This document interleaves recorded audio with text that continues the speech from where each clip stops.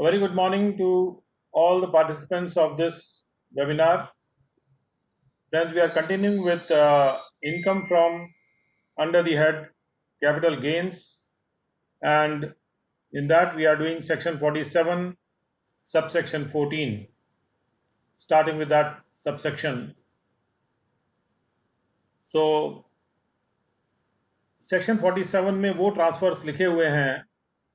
जो कि capital gain के पर्पस से या सेक्शन 45 के पर्पस से ट्रांसफर नहीं माने जाते हैं। तो 47(14) में लिखा है कि where a sole proprietary concern is succeeded by a company in the business carried on by it, as a result of which the sole proprietary concern sells or otherwise transfers any capital asset or intangible asset to the company. एक soul proprietary concern है, यानी ऐसी concern जिसका एक proprietor होता है, उसका मालिक, उसको सक्सीड किया जा रहा है एक कंपनी के द्वारा।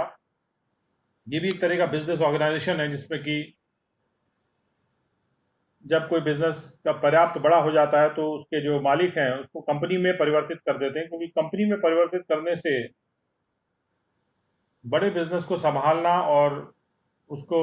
ठीक से उसका संचालन करना ज़्यादा संभव होता है।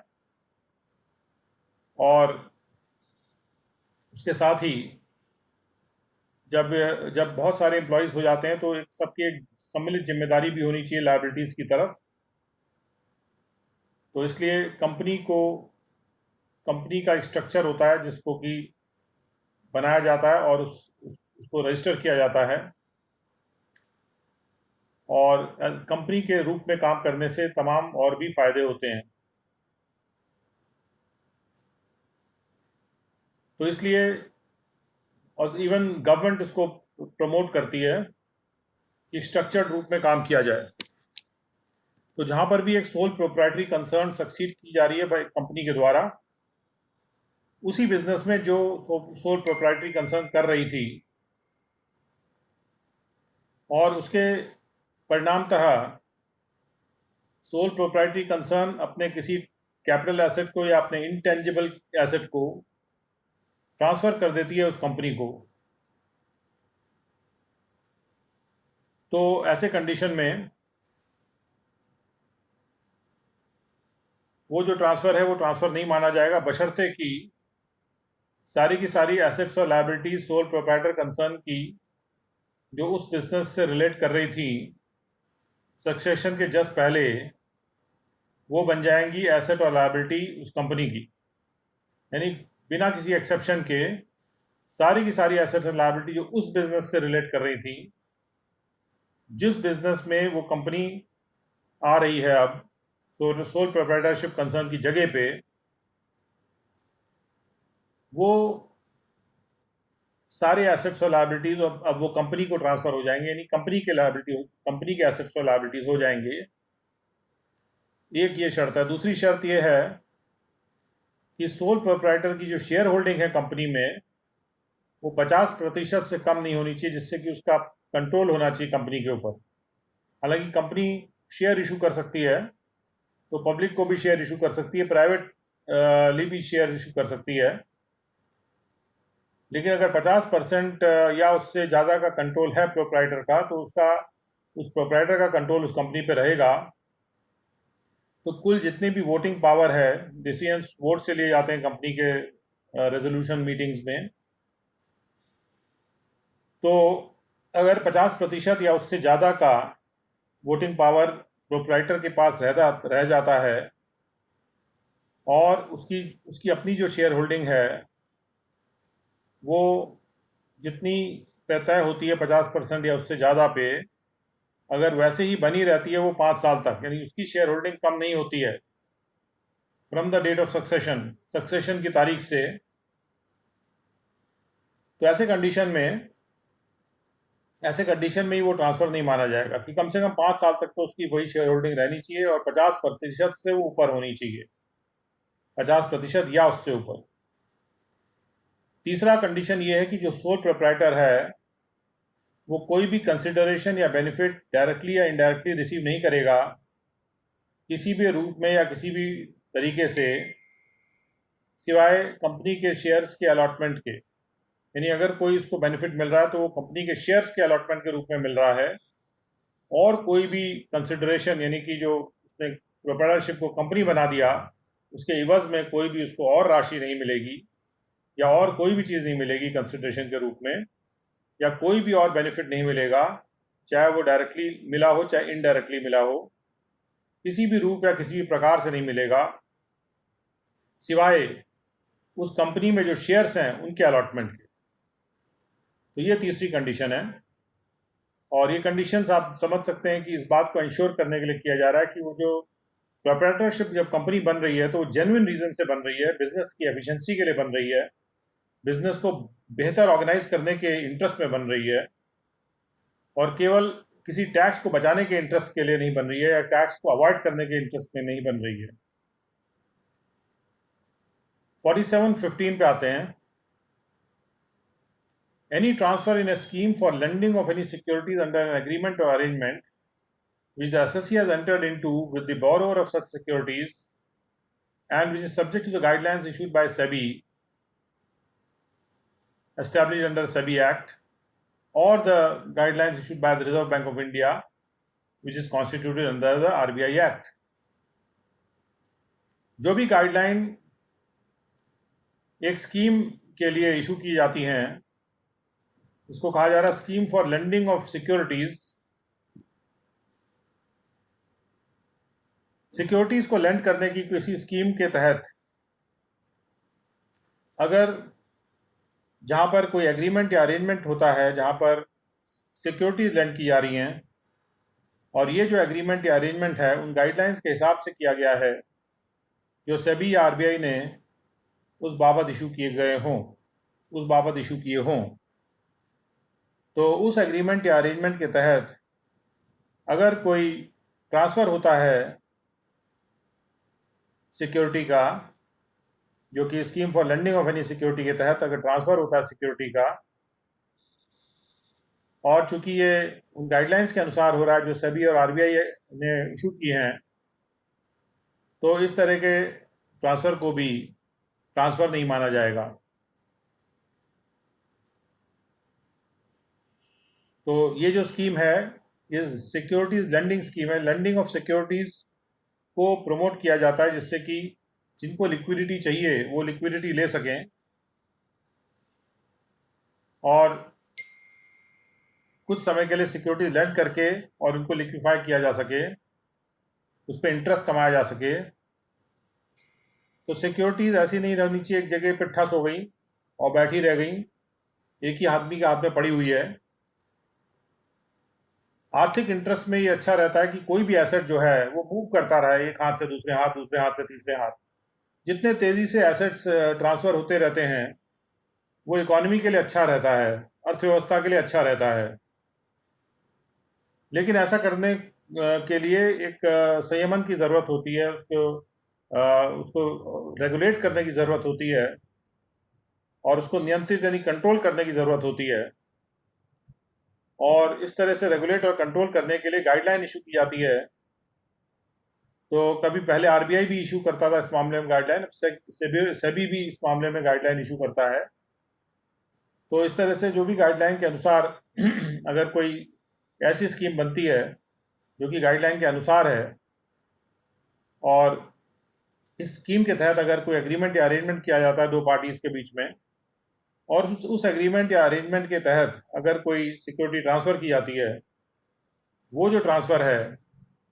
क्योंकि वहाँ लेंडिंग हो रही है सिक्योरिटीज़ की, वो जो ट्रांसफ़र है that will not be treated as a transfer for the purpose of section 45। अब आते हैं 4716 पे। Any transfer of a capital asset in a transaction of reverse mortgage under a scheme made and notified by the central government. Reverse mortgage transaction अगर किसी scheme के तहत किया जाता है जो स्कीम नोटिफाई की गई है सेंट्रल गवर्नमेंट के द्वारा, यहाँ पर भी वही इंटरेस्ट है कि कैपिटल के एसेट को यूज़ किया जा सके उसकी मॉर्गेजिंग के लिए या रिवर्स मॉर्गेजिंग के लिए। तो रिवर्स मॉर्गेज को प्रमोट करने के लिए कि जहां पर भी कोई एसेट को रिवर्स मॉर्गेज के ट्रांजैक्शन में ट्रांसफ़र किया जा रहा है तो वो भी ट्रांसफ़र नहीं माना जाएगा, but it is not really a transfer, it is actually a reverse mortgage. अब आते हैं 47(17) पर। अगर किसी कैपिटल एसेट का ट्रांसफ़र जो कि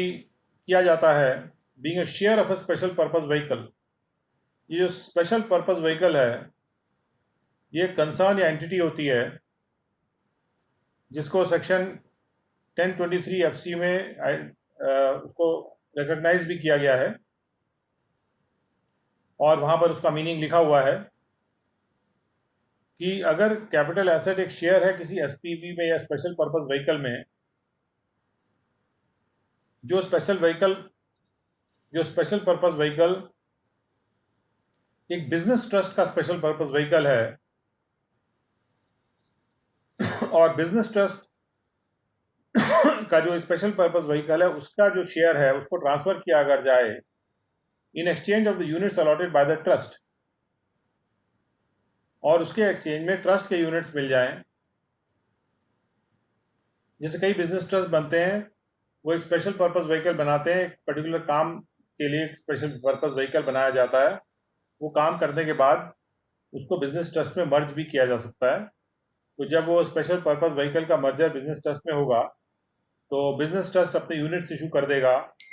उन शेयर होल्डर्स को जो कि स्पेशल पर्पस व्हीकल के शेयर होल्डर्स थे। तो एक तरह का जो स्ट्रक्चर है वो दूसरे तरह के ज़्यादा एफिशिएंट स्ट्रक्चर में इस तरह से परिवर्तित हो जाता है। और इसको अगर हम स्पेशल पर्पस व्हीकल को अगर आप डेफिनेशन भी देखना चाहें तो एक बार देख भी लेते हैं 1023 एफसी। तो 1023 में जाके देखते हैं।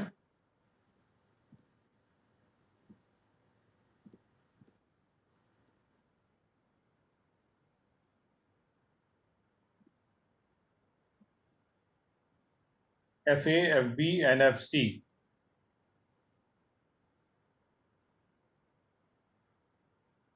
तो 23 एफसी में कहा गया है कि अगर कोई इनकम किसी बिजनेस ट्रस्ट को होती है इंटरेस्ट के रूप में जो वो एक स्पेशल पर्पस व्हीकल से प्राप्त कर रहा है,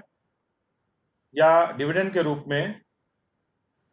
जो डिविडेंड 115 ओ के सबसेक्शन 7 में लिखा गया है, तो यहाँ पर स्पेशल पर्पस व्हीकल का वर्णन आया है कि अगर कोई बिजनेस ट्रस्ट जो है वो इंटरेस्ट प्राप्त कर रहा है स्पेशल पर्पस व्हीकल से, तो उस इंटरेस्ट को एग्जेम्प्ट किया जा रहा है, इसको टोटल इनकम में शामिल नहीं किया जा रहा। और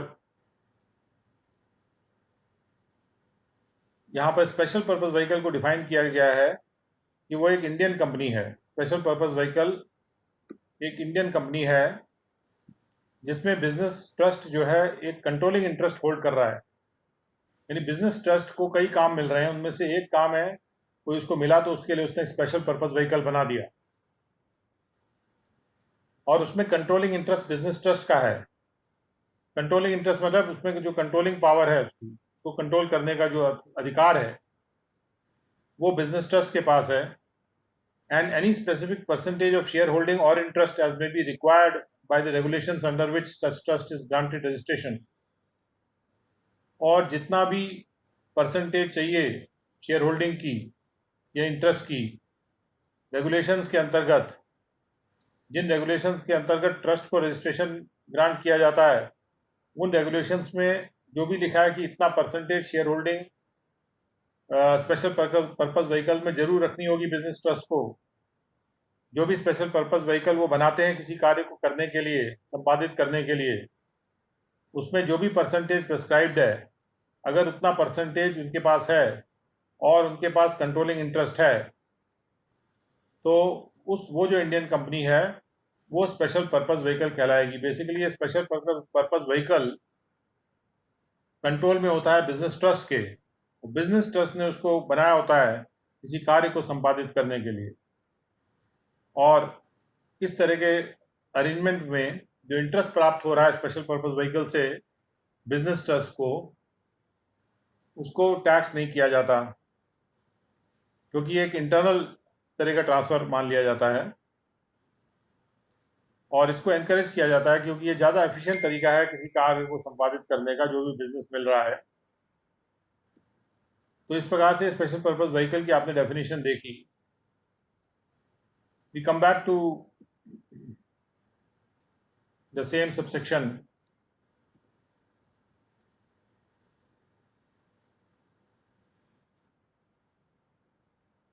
नाउ 47(18) पर आते हैं। Any transfer by a unit holder of a capital asset being a unit or units, capital asset जो भी यूनिट होल्डर होल्ड कर रहा है एक म्यूचुअल फंड में, held by him in the consolidating scheme of mutual fund, जो capital asset एक consolidating scheme के तहत होल्ड कर रहा है कोई भी person, unit holder. Mutual fund की कंसोलिडेटिंग स्कीम है, इसको नीचे डिफाइन भी किया गया है कि कंसोलिडेटिंग स्कीम जो है उसका मतलब है वो स्कीम जिसके द्वारा with which the consolidating scheme merges or which is formed as a result of such merger, जहां पर दो स्कीमें आपस में मर्ज कर जाती हैं। म्यूचुअल फंड ने मान लीजिए दो स्कीमें चला रखी हैं, उनको आपस में कंसोलिडेट कर रहे हैं वो, और कंसोलिडेशन ऑफ स्कीम्स के की प्रक्रिया में कंसोलिडेट करना और इकट्ठा कर लेना एक साथ, उस प्रक्रिया में वो कंसोलिडेट कर जाते हैं। तो जहां पर म्यूचुअल फंड का मर्जर, म्यूचुअल फंड की स्कीम्स का जो मर्जर हो रहा है उसकी बात यहाँ की जा रही है कि किसी भी एक म्यूचुअल फंड की कंसोलिडेटिंग स्कीम के तहत अगर कोई यूनिट होल्डर यूनिट होल्ड कर रहा है और वो उस यूनिट का ट्रांसफ़र कर देता है, उस यूनिट का ट्रांसफ़र इस कंसोलिडेटिंग स्कीम के तहत कर देता है, क्योंकि जब कंसोलिडेट होगा तो उसमें यूनिट ट्रांसफ़र होगा, और अगर वो ट्रांसफ़र हो जाता है यूनिट का, made in the consideration of the allotment to him of capital asset being a unit और units in the consolidated scheme of the mutual fund, यानी एक यूनिट की जगह अब उसको जो है कंसोलिडेटेड जो एंटिटी बनी या कंसोलिडेटेड जो स्कीम बनी उसका मिल गया यूनिट, और जो पुराना यूनिट था उसका वो ट्रांसफ़र हो गया। तो इस तरह की कंसोलिडेटिंग स्कीम को सपोर्ट करने के लिए इस तरह का जो ट्रांसफ़र है कि जो कंसोलिडेटिंग स्कीम के अंतर्गत किया जा रहा है, उस ट्रांसफ़र को ट्रांसफ़र नहीं माना जाएगा for the purpose of section 45 या for the purpose of the income tax head of capital gains. अब आते हैं 47(19) पर, and this is the last subsection here. So in 47(19) it is mentioned that any transfer by a unit holder of a capital asset being a unit or units held by him in the consolidating plan of a mutual fund scheme, जहाँ पर एक ही mutual fund की scheme है और वो mutual fund की scheme एक consolidating plan लेके आती है। कई बार ऐसा भी हो सकता है कि म्यूचुअल फंड की कोई स्कीम है और वो कंसोलिडेटिंग प्लान बनाती है। कंसोलिडेटिंग प्लान का मतलब होता है प्लान जिसके अंतर्गत, जो प्लान एक स्कीम के अंतर्गत होता है with in a scheme of a mutual fund, जो which merges under the process of consolidation of the plans within a scheme of the mutual fund। तो एक ही म्यूचुअल फंड की स्कीम में मान लीजिए कई प्लान्स हैं और उन अलग अलग प्लान्स का जहाँ कंसोलिडेशन होता है, और ये कंसोलिडेशन भी जो है सेबी के रेगुलेशंस के अनुसार हो रहा है। 1996 में सेबी ने इस विषय में रेगुलेशंस दिए हैं कि कैसे कंसोलिडेटिंग प्लान बनाया जाएगा या कैसे कंसोलिडेटिंग स्कीम बनाई जाएगी, जिसका वर्णन ऊपर था। तो इस कंसोलिडेशन को सपोर्ट करने के लिए जो भी ट्रांसफ़र होता है यूनिट्स का, उसको भी ट्रांसफ़र के डेफिनेशन से बाहर रखा गया है। तो ये 47 में हमने देखा वो स्पेशल सिचुएशंस जहाँ पर कुछ ट्रांसफ़र इस पर्पस से किए जा रहे हैं कि जो गवर्नमेंट सपोर्ट करती है, जैसे अमेलगमेशन हुआ, मर्जर हुआ, और रीऑर्गेनाइजेशन हुआ बिजनेस का, या सक्सेशन हुआ बिजनेस का, या कंसोलिडेटिंग स्कीम है, कंसोलिडेटिंग प्लान के तहत ट्रांसफ़र हो रहा है, और इसी प्रकार से सिमिलर जो ट्रांसफ़र्स होते हैं जो कि सपोर्टेड हैं बाय गवर्नमेंट, और उन ट्रांसफ़र्स को, क्योंकि वो रियल ट्रांसफ़र्स नहीं हैं, वो केवल एक रीऑर्गेनाइजेशन के तहत ट्रांसफ़र हो रहे हैं, तो इसलिए उसको ट्रांसफ़र की डेफिनेशन में नहीं लाया जाता। और उसके अलावा इस सेक्शन में अगर कोई कंपनी अपने सब्सिडरी कंपनी को भी ट्रांसफ़र करती है, सब्सिडरी कंपनी अपने होल्डिंग कंपनी को भी ट्रांसफ़र करती है, उसको भी इंक्लूड किया गया था, तो वो भी ट्रांसफ़र में नहीं आएगा। और ख़ास तौर पे जहाँ पर एचयूएफ के एसेट्स का डिस्ट्रीब्यूशन होता है, वो भी एक तरह का रीऑर्गेनाइजेशन है कह सकते हैं, या जहाँ पर गिफ्ट या विल या इररिवोकेबल ट्रस्ट के तहत कोई ट्रांसफ़र होता है कैपिटल एसेट का, उसको भी यहाँ से बाहर रखा गया है। So that is in summary for section 47 for you. Now we go to 47A.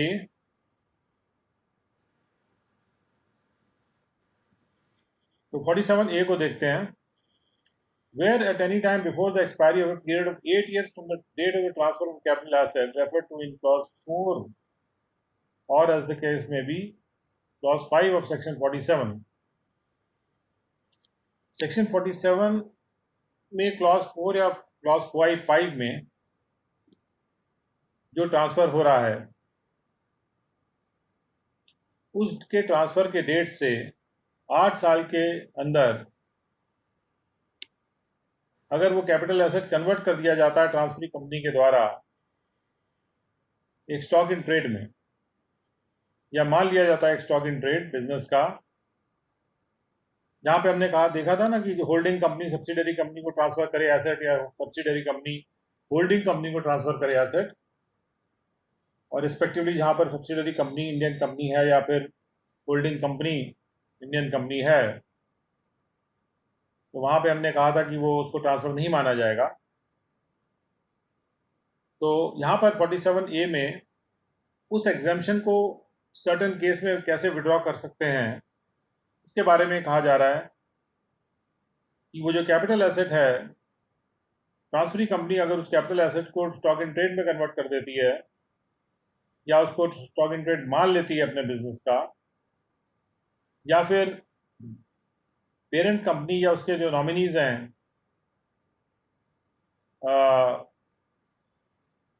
or its nominees as the case may be, the holding company ceases or cease to hold the whole of the share capital of the subsidiary company. या जैसे हमने वहाँ condition लगाई थी कि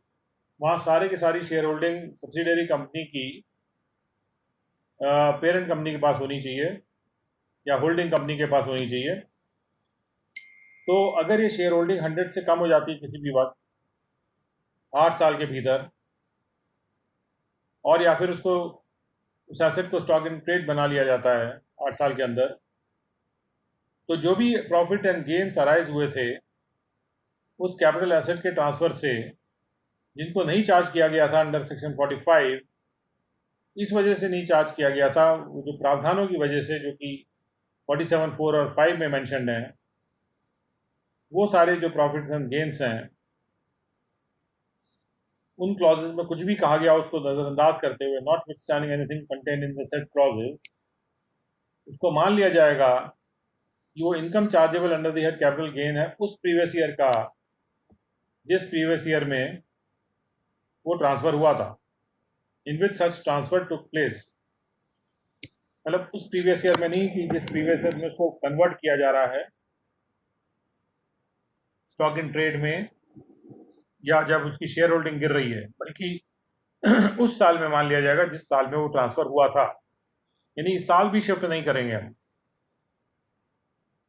और 47(a)(2) में कहा जा रहा है कि where at any time before the expiry of a period of 3 years from the date of the transfer of capital asset referred to in clause 11 of section 47, any of the shares allotted to the transferor in exchange of a membership in a recognized stock exchange are transferred. The amount of the profit and gain not charged under section 45 by virtue of the provisions contained in clause 11 of section 47 shall, notwithstanding anything contained in the said clause be deemed to be the income chargeable under the head capital gains of the previous year in which such shares are transferred. जहां पर हमने कहा था कि stock exchange का corporatisation को support करती है सरकार और उसके तहत कोई शेयर्स उसको कंपनी के अलॉट कर दिए जाते हैं, तो जहां पर भी अगर जो मेंबरशिप है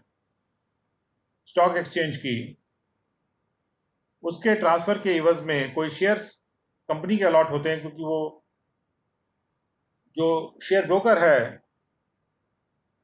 वो कॉर्पोरेटाइज हो रहा है, तो ये जो शेयर्स अलॉट किए गए हैं अगर वो शेयर्स को 3 साल के अंदर कभी भी ट्रांसफर कर देता है, जो before the expiry of a period of 3 years from the date of the transfer of capital asset referred to in 1147, जब कॉर्पोरेटाइजेशन हुआ था उस डेट के बाद 3 साल के अंदर अगर कभी भी वो शेयर ट्रांसफर कर देते हैं वो व्यक्ति जिनको अलॉट हुआ था शेयर, तो जो भी प्रॉफिट एंड गेन्स जो चार्ज नहीं किए गए थे सेक्शन 45 में, जो अराइज करते हैं उस ट्रांसफर से, जो 47(11) में मेंशन था, यानी वो ट्रांसफर जिसमें कि एक मेंबरशिप का कॉर्पोरेटाइजेशन हो रहा है, उस क्लॉज में 47(11) में कुछ भी लिखा हो, वो जो प्रॉफिट एंड गेन है वो चार्जेबल हो जाएगा अंडर द कैपिटल गेन्स उस प्रीवियस ईयर में जिसमें वो शेयर जो थे वो ट्रांसफर किए गए थे, तो उसी प्रीवियस ईयर के लिए वो फिर टैक्स हो जाएगा कैपिटल गेन्स के रूप, वो जो प्रॉफिट एंड गेन्स अराइज हो रहा है उस ट्रांसफर से। उसके बाद आते हैं 47(3) पर। Where any of the conditions laid down in proviso to clause 13 or the proviso to clause 14 of section 47 are not complied with, यहाँ 47, 13 और 14 की बात की जा रही है, और वहाँ जो कंडीशंस दी हुई हैं कि सारे एसेट लायबिलिटी दूसरे के एसेट लायबिलिटी बन जाएंगे, अभी देखते हैं, उसको दिखाते हैं आपको कंडीशन फिर से, कि इसको एक बार पढ़ ले पहले, कि जहां पर भी जो कंडीशंस 47, 13 और 14 में मेंशन्ड है उनके प्रोवाइजो में वो कंप्लाई विद नहीं होती हैं, तो जो अमाउंट है प्रॉफिट एंड गेन्स का जो अराइज कर रहा है ऐसे कैपिटल एसेट या इंटेंजिबल एसेट के ट्रांसफर से जो कि चार्ज नहीं किया गया under section 45 by virtue of the conditions की वजह से, क्योंकि जो 47, 13 या 14 में मेंशन्ड है वो मान लिया जाएगा कि वो प्रॉफिट एंड गेन्स है chargeable to tax of the successor company, वो सक्सेसर कंपनी का जो टैक्स है वो माना जाएगा कि वो सक्सेसर कंपनी का टैक्स है for the previous year in which the requirement of the proviso as the case में भी आर नॉट कंप्लाइड विथ। जब भी प्रोवाइजो के रिक्वायरमेंट कंप्लाई विथ नहीं होते हैं तो उस प्रीवियस ईयर में, जिस प्रीवियस ईयर में वो कंप्लाई विथ नहीं होते हैं, उस प्रीवियस ईयर के इनकम सक्सेसर कंपनी की माना जाएगा। यहाँ डिफरेंस ये है कि यहाँ ट्रांसफर का प्रीवियस ईयर नहीं लिया जा रहा, जब बल्कि वो प्रीवियस ईयर लिया जा रहा है जिस प्रीवियस ईयर में जो रिक्वायरमेंट थे प्रोवाइजो के वो कंप्लाई विथ नहीं हुए थे। 47, 13, 14 एक बार फिर से दिखा देते हैं आपको।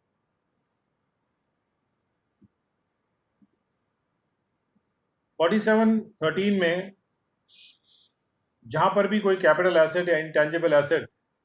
एक फर्म कंपनी को ट्रांसफर करती है, क्योंकि फर्म का सक्सेशन हो गया है कंपनी के द्वारा और उसकी वजह से कोई कैपिटल एसेट या कोई इंटेंजिबल एसेट ट्रांसफर होता है फर्म से कंपनी को, उस बिजनेस में जो फर्म चला रही थी या जहां पर भी कोई कैपिटल एसेट ट्रांसफर होता है कंपनी को, डीम्यूचुअलाइजेशन या कॉर्पोरेटाइजेशन जो हो रहा है रिकॉग्नाइज स्टॉक एक्सचेंज का उसके संबंध में किया होता है, तो उसमें कंडीशन लिखी हुई हैं, ये 5 कंडीशंस। तो इन्हीं कंडीशंस, 5 कंडीशंस की बात की जा रही है, और जो 14 में सोल प्रोप्राइटरशिप सक्सीड हो रही कंपनी के द्वारा, वहाँ पर ये 3 कंडीशन लिखी हुई हैं कि 5 साल तक शेयर होल्डिंग उसको अपनी कंपनी करनी है, 50% से उससे ज़्यादा शेयर होल्डिंग होनी चाहिए प्रोप्राइटर की उस कंपनी में, और कोई बेनिफिट वो नहीं ले सकता सिवाय उन शेयर्स के जो उसको अलॉट किए गए हैं in relation to that succession, और सारे के सारे एसेट्स लायबिलिटी जो हैं जो प्रोप्राइटर के थे वो बन जाएंगे एसेट लायबिलिटी उस कंपनी के। और यहाँ पे खास तौर पे जो 13 में कहा जा रहा है, जहाँ पे 13 में आपके पास उसी तरह के ऑलमोस्ट हैं, लेकिन थोड़ा सा डिफरेंस ये है, यहाँ 50% की बात की जाती है, तो वहाँ पे पार्टनर्स के पास जो शेयर होल्डिंग है वो 50% या उससे ज़्यादा की होनी चाहिए और 5 साल तक बनी रहनी चाहिए, वो भी वहाँ कहा गया है। और जो डीम्यूचुअलाइजेशन या कॉर्पोरेटाइजेशन रहेगा स्टॉक एक्सचेंज का, वो जो स्कीम है अप्रूव्ड बाय द सेबी उसके अनुसार होना चाहिए। ये कंडीशंस अगर मीट नहीं होती हैं,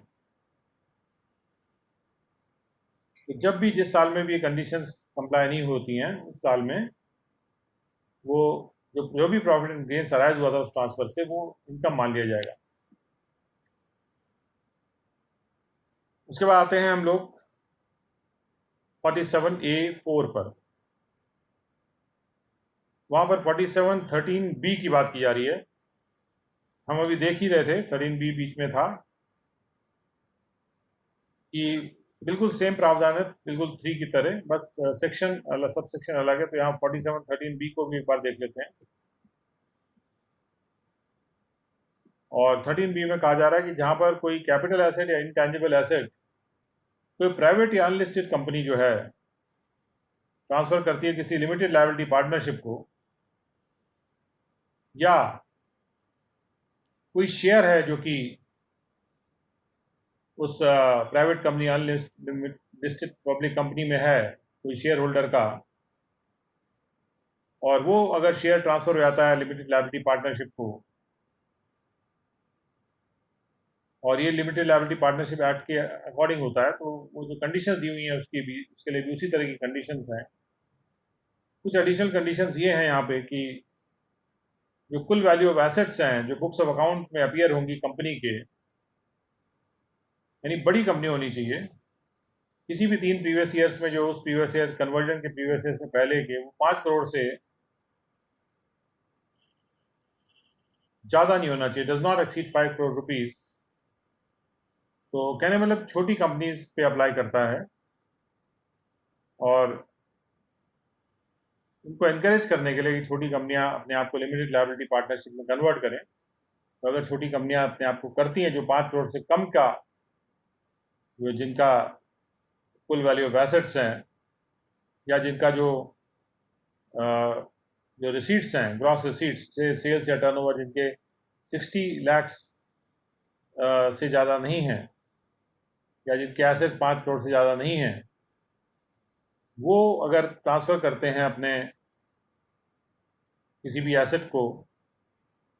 और वो अगर private company unlisted public company और कन्वर्ट हो जाती है लिमिटेड लायबिलिटी पार्टनरशिप में,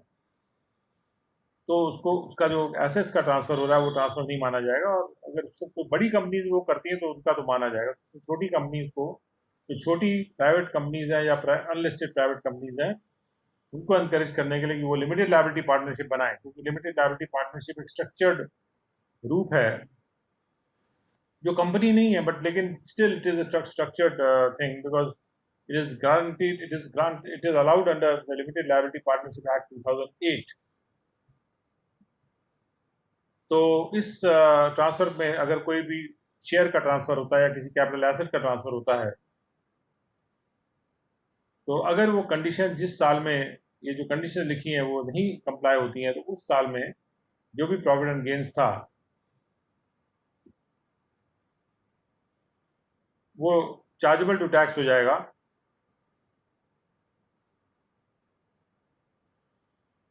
तो ये इन कंडीशंस का इसलिए कंप्लाई हुआ रहना बहुत आवश्यक है यहाँ पे।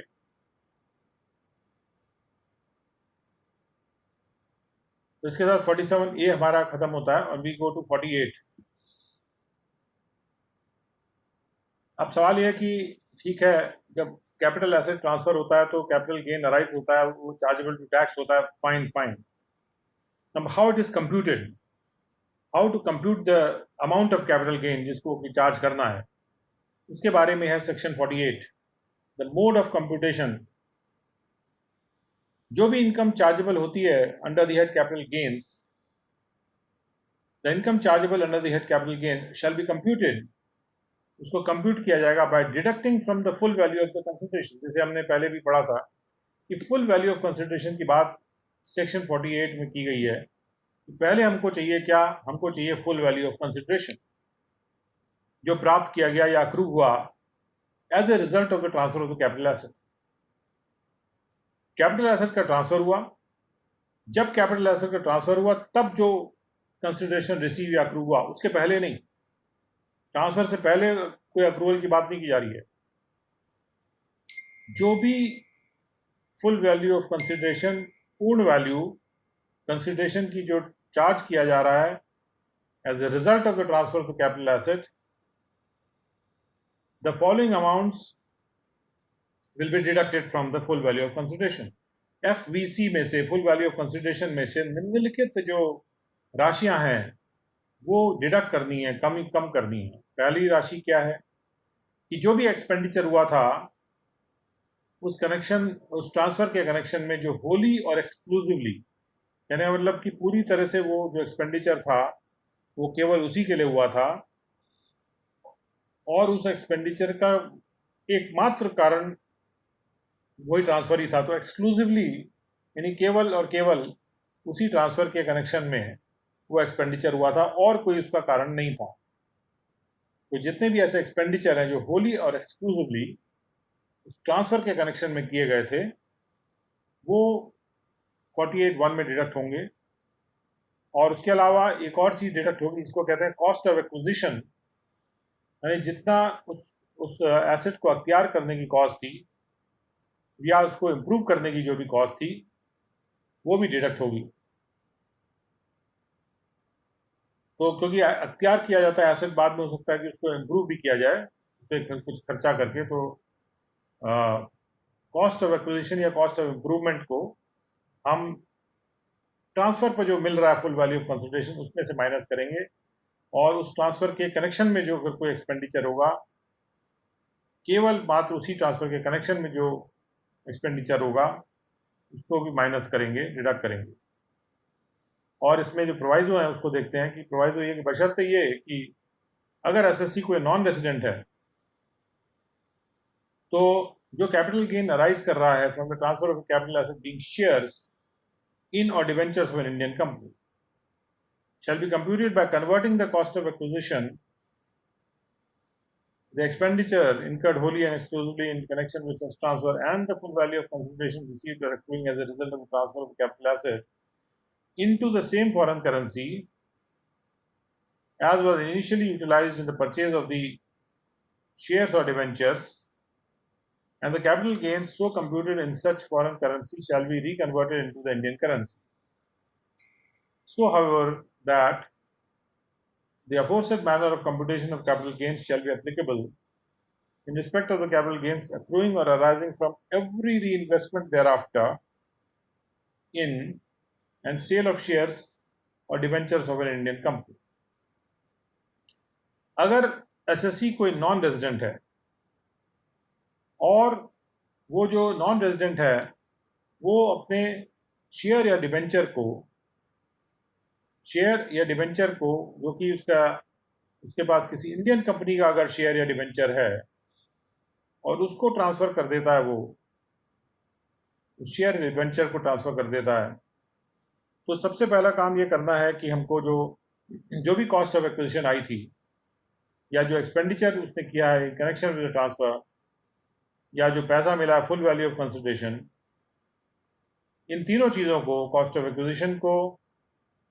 जो एक्सपेंडिचर किया गया है और जो फुल वैल्यू ऑफ कंसिडरेशन है,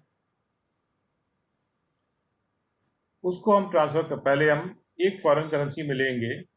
उस फॉरेन करेंसी में कन्वर्ट करेंगे जिसमें वो शुरू में परचेज किया गया था शेयर या डिबेंचर। मान लीजिए शेयर या डिबेंचर डॉलर में खरीदे गए, डॉलर यूज किया गया, तो पहले उसको ये तीनों राशियों को कॉस्ट ऑफ एक्विजिशन और full value of consideration and जो भी एक्सपेंडिचर है in connection with transfer, they will have to be converted to the उस फॉरेन करेंसी में कन्वर्ट करना पड़ेगा जिस फॉरेन करेंसी में वो शेयर या डिबेंचर खरीदे गए थे। तो उसमें कन्वर्ट करने के बाद उसके बाद कैपिटल गेन कंप्यूट किया जाएगा, और कैपिटल गेन कंप्यूट करने के बाद उसको इंडियन करेंसी में कन्वर्ट किया जाएगा। क्योंकि मान लीजिए कि उसने फॉरेन करेंसी में खरीदे थे, तो फॉरेन करेंसी में पहले ये सारी चीज़ें कन्वर्ट करके वहाँ पे कैपिटल गेन निकाला जाएगा, और उसके बाद कैपिटल गेन जब आ जाएगा तो जो कैपिटल गेन कंप्यूट होगा उस तरह से उसको दोबारा कन्वर्ट किया जाएगा इंडियन करेंसी में। सो हाउएवर दैट कि जो ऊपर दिया गया तरीका जो है कंप्यूटेशन के कैपिटल गेन्स का, ये एप्लीकेबल होगा उस कैपिटल गेन्स के रिस्पेक्ट में जो कोई अक्रू या राइज हो रहा है हर री इन्वेस्टमेंट से भी, from every reinvestment thereafter in and sale of shares और debentures of an Indian company. जो पैसा मिल रहा है जैसे उसका जो भी री इन्वेस्टमेंट उसके बाद किया जा रहा है, तो इसी तरीके से ये कैपिटल गेन्स उस पर भी कंप्यूट होगा जो भी री इन्वेस्टमेंट भी किया जाता है। यानी मान लीजिए उस पैसे को दोबारा से किसी और सेल और शेयर में इन्वेस्ट कर दिया गया किसी इंडियन कंपनी के, तो जो कंप्यूटेशन होगा कैपिटल गेन्स का उसका तरीका वही रहेगा। उस री इन्वेस्टमेंट पर भी वो अगर कोई कैपिटल गेन्स अक्रू या राइज होता है तो सेम तरीका इस्तेमाल किया जाएगा जैसा यहाँ लिखा हुआ है। तो यहाँ पे जब सवाल उठता है कि किसी नॉन रेजिडेंट ने अगर फॉरेन करेंसी में खरीदे थे कुछ शेयर्स डिबेंचर्स इंडियन कंपनी के,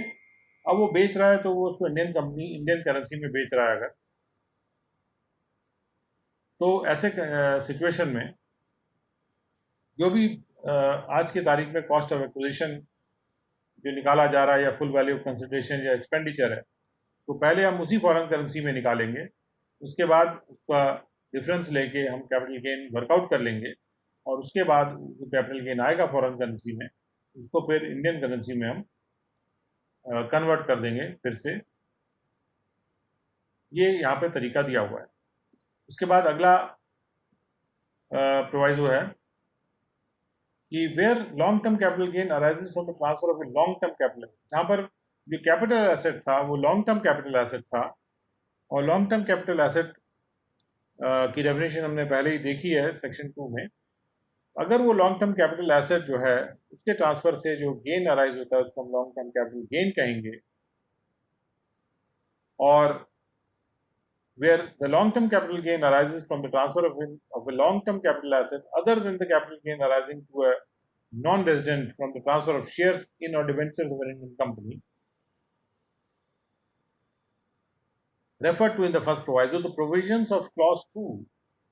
shall have effect as if for the words cost of acquisition and cost of any improvement, the words indexed cost of acquisition and indexed cost of any improvement had respectively been substituted। जहाँ पर ये जो transfer हो रहा है long term capital gain आ रहा है, long term capital asset का ट्रांसफ़र हो रहा है, उससे लॉन्ग टर्म कैपिटल गेन आ रहा है, लेकिन वो इस टाइप का कैपिटल गेन नहीं है जो किसी नॉन रेजिडेंट को होता है from the transfer of any shares debentures in Indian company, क्योंकि उसका तरीका तो हमने फर्स्ट प्रोवाइजो में देख ही लिया है। उसके अलावा अगर कोई long term capital gain arise होता है तो वहाँ पर जहाँ पर भी कॉस्ट ऑफ एक्विजिशन शब्द लिखा हुआ है उसकी जगह पर इंडेक्स कॉस्ट ऑफ एक्विजिशन पढ़ा जाएगा,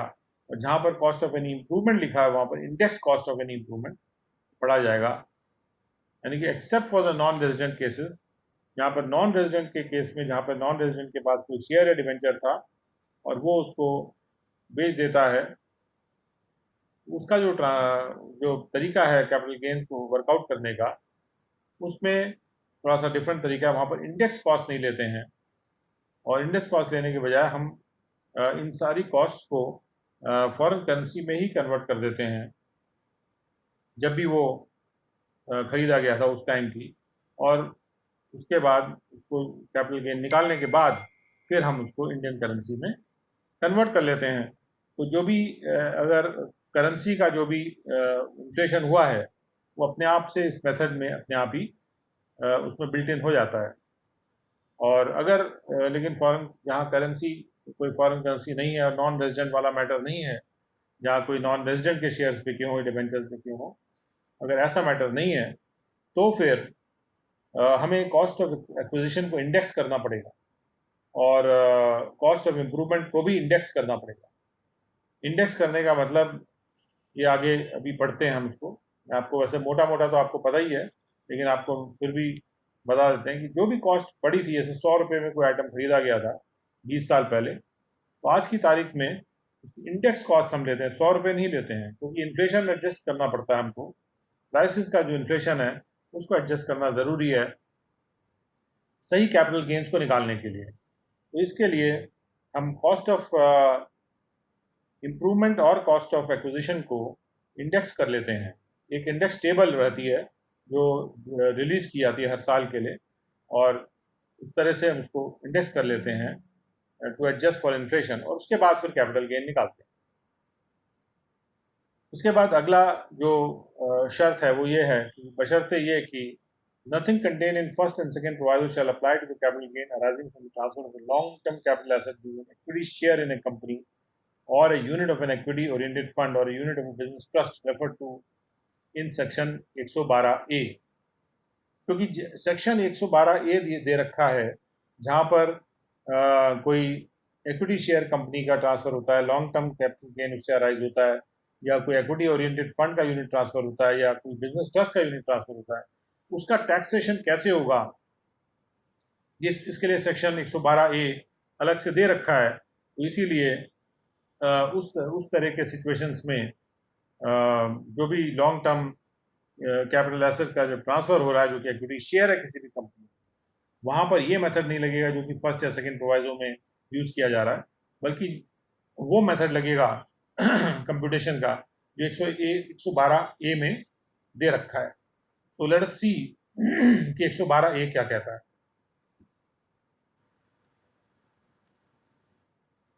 ओके, तो 112A में लॉन्ग टर्म कैपिटल गेन कुछ सर्टन केसेस में उस पर टैक्स कैसे होता है उसका एक स्पेसिफिक प्रावधान बना रखा है। तो यहाँ पे कहा जा रहा है कि not with standing anything contained in section 112 में कुछ भी क्या हो कहा गया उसको नजरअंदाज करते हुए, जब टैक्स किसी एसएससी के द्वारा पेबल होता है उसके टोटल इनकम पे, the tax payable by the assessee on his total income shall be determined in accordance with the provisions of section 2। अगर सबसेक्शन 2 कब लगेगा? जब इस टाइप का कैपिटल गेन्स अराइज कर रहा है, जैसे कि टोटल इनकम में अगर कैपिटल गेन्स के हेड वाली इनकम भी है, नंबर 1, और कैपिटल गेन अराइज कर रहा है लॉन्ग टर्म कैपिटल एसेट के ट्रांसफर से, जहां पर कैपिटल एसेट एक इक्विटी शेयर है किसी भी कंपनी में, या वो किसी इक्विटी ओरिएंटेड फंड का यूनिट है, या किसी बिजनेस ट्रस्ट का यूनिट है। तो ये जो यूनिट या शेयर्स है किसी इंडियन कंपनी के, जब इनका ट्रांसफर होता है और वो ट्रांसफर एक लॉन्ग टर्म कैपिटल एसेट का ट्रांसफर है, नॉर्मली 1 साल के बाद उसको लॉन्ग टर्म कैपिटल एसेट मान लेते, तो उस केस में जब निकालना है कि टैक्स कैसे कैलकुलेट होगा, टैक्स पेबल निकालने के लिए 112A के जो प्रावधान है 112A(2) के, उनका इस्तेमाल किया जाएगा। 112A(3) में कहा जा रहा है कि अगर कोई सिक्योरिटी ट्रांजैक्शन टैक्स है under chapter 7 of finance act 2004 has in a case where long-term capital asset is in the nature of an equity share in a company being paid on acquisition and transfer of the such capital asset। अगर कोई security transaction tax पे कर दिया गया रहा है किसी share जो इंडियन कंपनी में शेयर है उसके ट्रांसफर पे, और या फिर कोई जो कैपिटल एसेट था, लॉन्ग टर्म कैपिटल एसेट, वो इक्विटी ओरिएंटेड फंड का यूनिट था या बिजनेस ट्रस्ट का यूनिट था, और उसके ऊपर भी अगर सिक्योरिटी ट्रांजैक्शन टैक्स दे दिया गया रहा है। तो कंडीशंस यहाँ पे 3 है कि अगर सिक्योरिटी ट्रांजैक्शन टैक्स दे दिया गया है, और अगर कैपिटल गेन अराइज कर रहा है लॉन्ग टर्म कैपिटल एसेट के ट्रांसफर से, जो कि शेयर है इंडियन कंपनी में, शेयर है कंपनी में, या यूनिट है किसी इक्विटी ओरिएंटेड फंड का या बिजनेस ट्रस्ट का अगर यूनिट है, तो ऐसे कंडीशन में जो कैपिटल गेन्स कैलकुलेट होगा वो 112(a)(2) के हिसाब से कैलकुलेट होगा। और वो कैसे कैलकुलेट होगा कि जो टैक्स पेबल है वो एग्रीगेट होगा इन 2 चीज़ों का। यानी सबसे पहले ये लिया जाएगा कि उन कैपिटल गेन्स पे जो कि 1 लाख रुपए से ज़्यादा है, अगर 1 लाख रुपए से ज़्यादा का कैपिटल गेन है तो 10% के हिसाब से टैक्स होगा। The amount of income tax calculated on such long term capital gains exceeding 1 lakh rupees at the rate of 10%, and if the amount of income tax payable on the total income as reduced by the amount of long-term capital gain referred to in subsection 1 as if the total income so reduced were the income of the assessed total income to the assessee। तो जिस income पे ये ऊपर 10% पे calculate किया गया है, अगर उसको माइनस कर दिया जाए और उसको माइनस करने के बाद हमको जो राशि मिलती है, तो रिड्यूस राशि मिल जाए हमको, तो उस राशि पर कितना टैक्स लगता अगर ऊपर वाली राशि इसमें शामिल ना होती। यानी अगर उसको रिड्यूस कर दिया जाता ऊपर वाली राशि से, यानी जो ये लॉन्ग टर्म कैपिटल गेन्स की जो राशि थी जो 1 लाख रुपए से ज़्यादा की थी, जिस पे ये 10% का टैक्स लग रहा है, तो इस लॉन्ग टर्म कैपिटल गेन्स को अगर हम माइनस कर देते हैं तो जो टोटल इनकम बचती है, तो ऐसे मानते हुए कि वही अगर टोटल इनकम होती उस एसेट की, तब उस पर जो टैक्स लगता वो टैक्स और प्लस ये 10% ये आपस में जोड़ा जाएगा, और तब उसका कुल मिला के टैक्स बनेगा कि कितना टैक्स उस एसएससी को देना है। Provided that in the case of an individual or a Hindu undivided family being a resident, where the total income as reduced by such long-term capital gains is below the maximum amount which is not chargeable to income tax, जब हम long term capital gains घटा देते हैं तो जो amount आता है income का, किसी इंडिविजुअल एचयूएफ के केस में जो रेसिडेंट इंडिविजुअल एचयूएफ है, मैक्सिमम अमाउंट नॉट चार्जेबल से कम आ जाता है, तब जो है जो लॉन्ग टर्म कैपिटल गेन है क्लॉज 1 में जो लिखा हुआ है, it shall be reduced by the amount by which the total income as so reduced falls short of the maximum amount which is not chargeable to income tax। तब जो long term capital gain है उसको भी घटाया जाएगा। और वो कैसे घटाया जाएगा कि जितनी वो जो बाकी की आय थी वो मैक्सिमम अमाउंट नॉट चार्जेबल से कम रह गई थी, जितने से वो कम रह गई थी उतनी राशि capital long term capital gain में से भी घटा दी जाएगी। तो यानी कि जो एग्जम्प्ट अमाउंट है, बेसिक एग्जम्पशन, उसको देने के लिए, उसका देना क्रियान्वित करने के लिए ये प्रावधान यहाँ प्रोवाइजो में रखा गया है कि जिस केस में लॉन्ग टर्म कैपिटल गेन्स पे हमने वो अलग कर लिया, बाकी बची राशि अगर मैक्सिमम अमाउंट नॉट चार्जेबल से मान लीजिए 100 रुपये से कम है, तो जो भी लॉन्ग टर्म कैपिटल गेन हमारा था उसमें से ये 100 रुपये हम लोग घटा देंगे, जिससे बेसिक एग्जम्पशन का बेनिफिट उस लॉन्ग टर्म कैपिटल गेन्स के रिस्पेक्ट में भी मिल जाए। और तो ये एक स्पेसिफिक प्रावधान है जहाँ पर कोई एक्विटी शेयर इंडियन कंपनी का है, या एक्विटी शेयर है कंपनी में, वो बेचा जाता है, या कोई एक्विटी ओरिएंटेड फंड का यूनिट बेचा जाता है, कोई बिजनेस ट्रस्ट यूनिट का यूनिट बेचा जाता है, उसके ऊपर टैक्स निकालने का एक अलग सेक्शन दिया हुआ है। इसलिए जो कैपिटल गेन्स वाले सेक्शंस हैं वहाँ से इसको एक प्रोवाइजो डाल के इस तरह के कंपटीशन को वहाँ से बाहर किया हुआ है और उसको यहाँ पे इंक्लूड किया हुआ है। तो चूँकि हम ये पढ़ ही रहे हैं तो इसको पूरा एक बार में समझ लेते हैं क्योंकि ये भी एक तरह का कैपिटल गेन है जो टैक्स हो रहा है, तो इसको यहीं पर समझ लेना ठीक रहेगा। और यहाँ ये कहा जा रहा है सबसेक्शन 3 में 112A के सबसेक्शन 3 में कहा जा रहा है कि the condition which is specified in clause 3 of subsection 1 shall not apply to a transfer undertaken on a recognized stock exchange located in any international financial service center। जो condition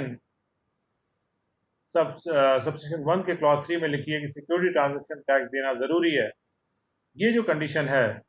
ये उस ट्रांसफ़र पर नहीं लगेगी जो ट्रांसफ़र एक recognise stock exchange में किसी IFSC में किया जाता है, और जहाँ पे जो कंसिडरेशन है ऐसे ट्रांसफ़र का वो फॉरेन करेंसी में अगर रिसीव किया जाता है, क्योंकि IFSC बने ही इसी पर्पज़ से होते हैं कि वहाँ पे GDR वगैरह भी ट्रांजैक्ट हो सकते हैं। तो अगर ऐसा कोई इंटरनेशनल फाइनेंशियल सर्विस सेंटर है जो बल्कि इंडिया में जैसे बना हुआ है और उसमें एक रिकग्नाइज स्टॉक एक्सचेंज है, तो वहाँ पे सिक्योरिटी ट्रांजैक्शन टैक्स भी नहीं लगता है। तो इसलिए वो जो कंडीशन है सिक्योरिटी ट्रांजैक्शन टैक्स की वो हटा दी गई है ऐसे ट्रांजैक्शन के केस में, क्योंकि वो लगता ही नहीं है तो फिर रखने का कोई फ़ायदा नहीं। अब आते हैं 112A(4) पे। जो सेंट्रल गवर्नमेंट है वो ऑफिशियल गैजेट में नोटिफिकेशन करके स्पेसिफाई कर सकती है nature of the acquisition in respect of which the provision subsection A of clause 3 of subsection 1 shall not apply। 13A जहाँ पे बात की जा रही है कि एक्विटी शेयर जहाँ पे बेचा जा रहा है और उसके लिए एक्विटी शेयर्स को बेचने के लिए सेंट्रल गवर्नमेंट नोटिफाई कर सकती है ऑफिशियल गैजेट में वो किस तरह का एक्विजिशन का नेचर होगा जिसके रिस्पेक्ट में वो प्रावधान नहीं लगेंगे। यानी किसी भी ऐसे ट्रांजैक्शन को यहाँ से इस कंडीशन से बाहर करने के लिए, सिक्योरिटी ट्रांजैक्शन टैक्स वाली कंडीशन से बाहर करने के लिए केंद्र सरकार को बेनिफिट दिया हुआ है कि भाई केंद्र सरकार को पावर दिया हुआ है कि वो पर्टिकुलर नेचर ऑफ एक्विजिशन को बाहर रख सकते हैं इस कंडीशन से भी। उसके बाद सबसेक्शन 5 ये कहता है कि जहाँ पर ग्रॉस टोटल इनकम एसएससी की ऐसी है जिसमें कि लॉन्ग टर्म कैपिटल गेन्स है जो कि रेफर किए जा रहे हैं सबसेक्शन 1 में, तो जो डिडक्शन है अंडर चैप्टर 6 से वो अलाउ किए जाएंगे from the gross total income as reduce by such capital gain. पहले आपको कैपिटल गेन रिड्यूस करना होगा और उसके बाद जो ग्रॉस टोटल इनकम आएगी उसके ऊपर फिर चैप्टर 6A का बेनिफिट भी मिलेगा। नहीं, चैप्टर 6A का बेनिफिट अलाउ किया जा रहा है यहाँ पे बाय दिस प्रोविजन। उसके बाद है 112A(6) where the total income of an assessee includes any long term capital gain referred to in subsection 1। यहाँ पे रिबेट जो है सेक्शन 87A का वो भी अलाउ किया जा रहा है, क्योंकि टोटल इनकम को पहले हम कैपिटल गेन्स जो टोटल इनकम आ रही है उस पर इनकम टैक्स जो निकाला जाता है, जब 87 का A का जब हमें रिबेट देना होता है तो उसके लिए पहले हम टोटल इनकम पर इनकम टैक्स निकालते हैं और उसके बाद उसमें से रिड्यूस करते हैं कैपिटल गेन्स वाले टैक्स पेबल को। जो कैपिटल गेन्स वाला टैक्स पेबल है उसमें से उसको रिड्यूस करते हैं, क्योंकि हमने पहले ऐड कर दिया था उसको, और रिड्यूस करने के बाद फिर हम 87A का रिबेट उसको देंगे। और एक्सप्लेनेशन में इक्विटी ओरिएंटेड फंड को डिफाइन किया हुआ है, what is equity oriented fund, और इंटरनेशनल फाइनेंशियल सर्विस सेंटर की डेफिनेशन हमने स्पेशल इकोनॉमिक जोन्स एक्ट से ली है और रिकग्नाइज स्टॉक एक्सचेंज की डेफिनेशन हमने 43(5)(1) के एक्सप्लेनेशन 1(2) से लिया है। और ये जो इक्विटी ओरिएंटेड फंड की जो डेफिनेशन है उसके बारे में लिखा है कि वो ऐसा फंड है जो कि एक म्यूचुअल फंड स्कीम के तहत सेटअप किया गया है। एक म्यूचुअल फंड जिसको कि स्पेसिफाई किया गया 1023D में, जो म्यूचुअल फंड वहाँ पर डिफाइन किए गए हैं, और एक ऐसे केस में जहाँ पर ये फंड इन्वेस्ट करता है किसी दूसरे फंड के यूनिट्स में, in a case where the fund invest in the units of another fund जो कि ट्रेड किया जा रहा है रिकग्नाइज्ड स्टॉक एक्सचेंज में, तो वहाँ पे कंडीशन ये है कि minimum of 90% of the total proceeds of such fund is invested. या तो उसके जितने प्रोसीड्स हैं उस फंड के पास उसके 90% उस दूसरे फंड में इन्वेस्ट होने चाहिए, तभी वो जो दूसरे फंड का जो इन्वेस्टमेंट है अगर उससे कम है तो फिर ये इक्विटी ओरिएंटेड फंड जो है क्वालिफाई नहीं करेगा इस पर्टिकुलर सेक्शन के लिए। और जो दूसरा फंड है, such other fund also invest minimum of 90% of its total proceeds in the equity shares of domestic companies. और वो जो दूसरा फंड है वो डोमेस्टिक कंपनीज के इक्विटी शेयर्स में इन्वेस्ट करेगा जो डोमेस्टिक कंपनीज के शेयर्स लिस्टेड हैं रिकॉग्नाइज्ड स्टॉक एक्सचेंज में। तो इस प्रकार से इक्विटी ओरिएंटेड फंड की डेफिनेशन दी जा रही है। यहाँ पर वो फंड, ऐसा भी फंड उसमें इंक्लूड किया जा रहा है जहाँ अगर वो किसी दूसरे फंड में इन्वेस्ट करता है तो कम से कम 90% इन्वेस्ट करे, और या फिर उसके जो दूसरा जो जहाँ वो दूसरे फंड में इन्वेस्ट कर रहा है वो भी कम से कम अपने 90% प्रोसीड डोमेस्टिक कंपनीज में ही इन्वेस्ट करे। ऐसा ना हो कि वो जो ये जो इन्वेस्टमेंट है ये फॉरेन कंपनीज के इन्वेस्टमेंट में लगना शुरू हो जाए। हम लोग इसलिए नहीं म्यूचुअल फंड बनाते हैं कि हम फॉरेन कंपनीज के फॉरेन के शेयर्स को के इन्वेस्टमेंट को सपोर्ट करें। इन एनी अदर केस, और अगर जहाँ पे वो इन्वेस्ट नहीं करता है तो मिनिमम ऑफ 60% 5% टोटल प्रोसीड्स जो सच फंड के वो हमारे डोमेस्टिक कंपनीज के इक्विटी शेयर्स में लगे होने चाहिए जो कि हमारे रिकग्नाइज्ड स्टॉक एक्सचेंज पे डोमेस्टिक कंपनीज के इक्विटी शेयर्स लिस्टेड हैं। यानी कि जहाँ पर वो अपने 90% जहाँ पर भी अपने वो जो फंड है वो अपने यूनिट्स को किसी दूसरे फंड में इन्वेस्ट नहीं कर रहा है, उसको एनी अदर केस मानेंगे, वहाँ पे वो डायरेक्टली वो डोमेस्टिक कंपनीज के शेयर्स खरीदेगा क्योंकि इक्विटी ओरिएंटेड फंड है तो इक्विटी खरीदेगा। तो इसलिए वो ये कंडीशन है कि कम से कम 65% वो जो अपना फंड है, टोटल प्रोसीड्स हैं अपने फंड के, वो डोमेस्टिक कंपनीज के शेयर्स को खरीदने में लगाएगा। और बशर्ते ये कि जो percentage of equity share holding है और यूनिट हेल्ड है in respect of the fund as the case may be shall be computed with reference to the annual average of the monthly averages of the opening and closing figures। कहने का मतलब ये कि जो share holding calculate हो रही है यहाँ पे, परसेंटेज ऑफ शेयर होल्डिंग जो कैलकुलेट हो रही है यहाँ पे, percentage of equity share holding या परसेंटेज ऑफ द यूनिट्स जो कैलकुलेट हो रहे हैं कि इतना इन्वेस्ट करना है, जैसे 90% की बात हो रही है, तो ये जो परसेंटेज निकालनी है उसके लिए हमको